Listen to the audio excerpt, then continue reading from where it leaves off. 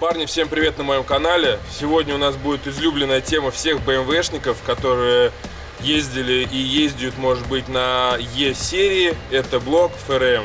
Сейчас покажу, с помощью чего и по-быстренькому сделать этот блок. Вот так вот выглядит наш блок. Тут подписано то, что это ФРМ 3. Делать я его буду с помощью X-Prog китайского.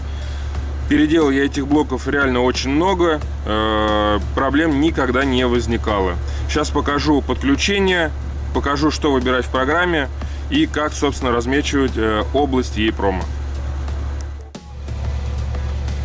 Итак, есть у меня вот такой вот скриншотик. В интернете он уже во многих местах есть.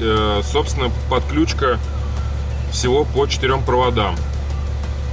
Питание, reset, ground и дата. Сейчас я буду подпаивать провода. Покажу еще в X-Prog именно мануал по подключению от X-Prog. Там все очень просто. Оттер процессор для того, чтобы показать, какой внутри установлен процессор. Процессор у нас установлен MS9S12 XEQ384. Итак, запускаем программу X-Prog. У меня версия 5.55. Ничего не меняю. Там есть какие-то новые версии, но что-то смысла менять, если эта версия стабильненько работает. И меня, в принципе, все устраивает. Нажимаем кнопку Device. Выбираем MCU. Дальше выбираем процессор Motorola 9S12XE. Находим здесь наш процессор 9S12 XEQ384, как, собственно, написано на процессор, и выбираем D-Flash. Также вот тут есть Connect диаграмм, это распиновка непосредственно процессора и что куда подключается. То есть первое, которое я показывал распиновку, это распиновка на блоке, чтобы не подпаиваться к ногам именно процессора. А это показано выводы непосредственно с самого X-Prog. Сейчас я припаяю провода и продолжим в программе работу.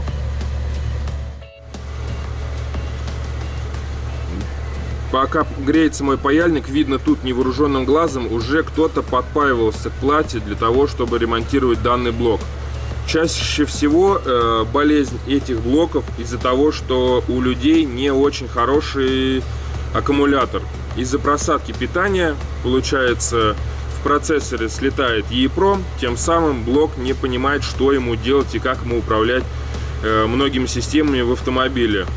Также хочу сказать то, что этот блок у нас управляет стеклоподъемниками, светом, печкой, панелью приборов и много исполнительных элементов, которые непосредственно находятся у нас в салоне.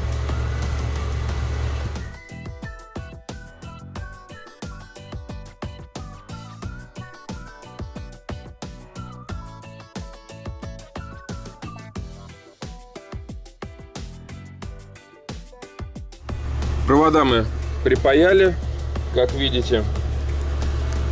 Подключаем USB. Питание для этого процессора подключать не нужно. Перемещаемся в программу.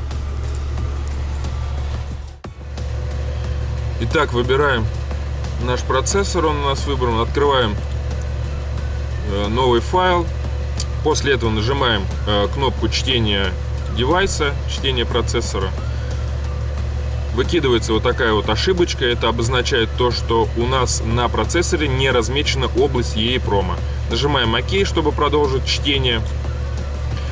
Тут у нас показано то, что 32 килобайта у нас полный образ нашего процессора. Тут ничего трогать не нужно. Нажимаем ОК.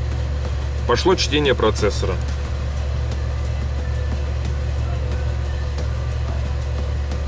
Второй раз у нас выбрасывается такая же ошибка, потому что происходит верификация нашего прочитанного дампа, то есть проверяется. Нажимаем ОК, нажимаем ОК.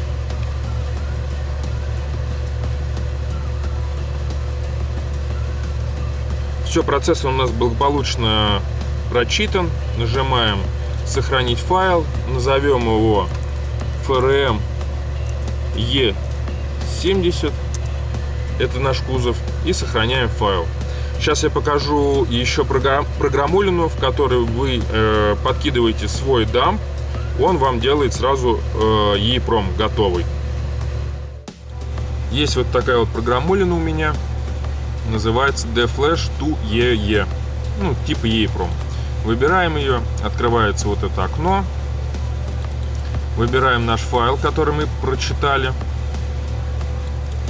FRM E70, открыли его.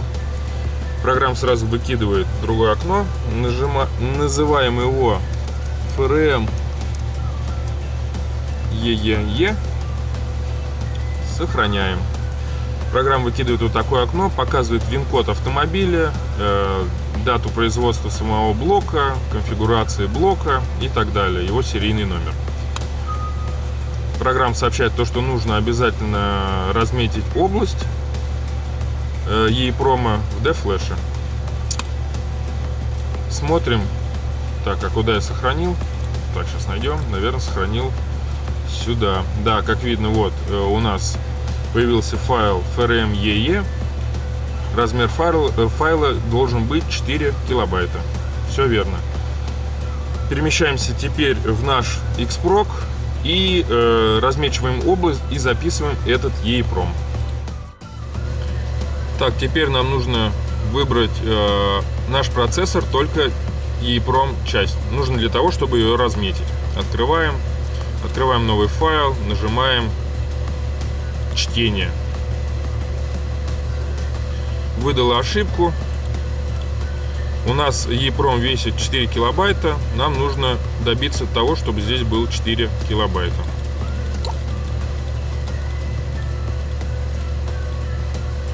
Как видим, 4 килобайта появилось. Нажимаем ОК. ОК. 16. Выставили, 4 килобайта появилось. ОК. То есть у нас, получается, пишет верификация error. То есть в EEPROM есть ошибка. Нажимаем Yes to All. EEPROM у нас прочитался, но это прочитался мусор. Нам нужно обязательно нажать кнопку Reset, чтобы стереть EEPROM, чтобы он был чистый и размеченный. Нажимаем Reset, соглашаемся.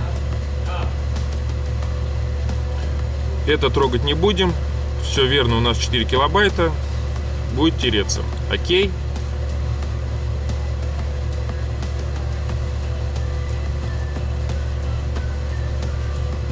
У нас наш, получается, EEPROM чистый. Нажимаем чтение на всякий случай, чтобы проверить.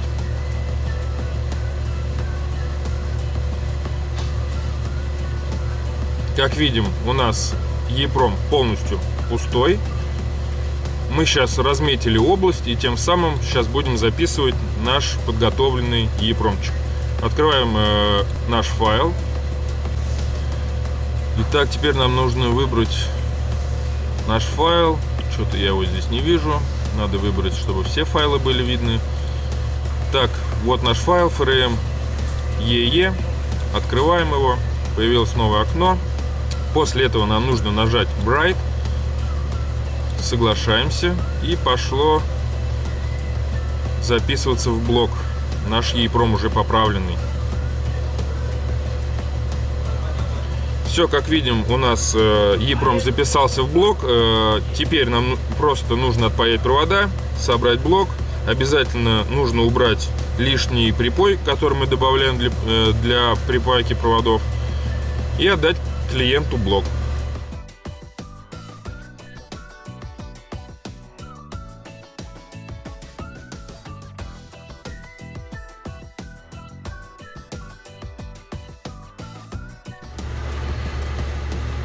Блок FRM мы восстановили, по-любому все заработает. С помощью этой программы я, наверное, уже штук 100 таких блоков сделал. Никогда проблем не возникало. По поводу программулин писать лучше в личку, и я, собственно, буду ее скидывать. Пробовал делать и оставлять ссылки на Яндекс.Диск, но Яндекс.Диск ругается то, что это вирус. Поэтому сейчас ссылку оставлять не буду, пишите лучше в личку. Всем, кому было интересно, подписывайтесь на канал, ставьте лайки, пишите комментарии. Всем пока, удачной работы!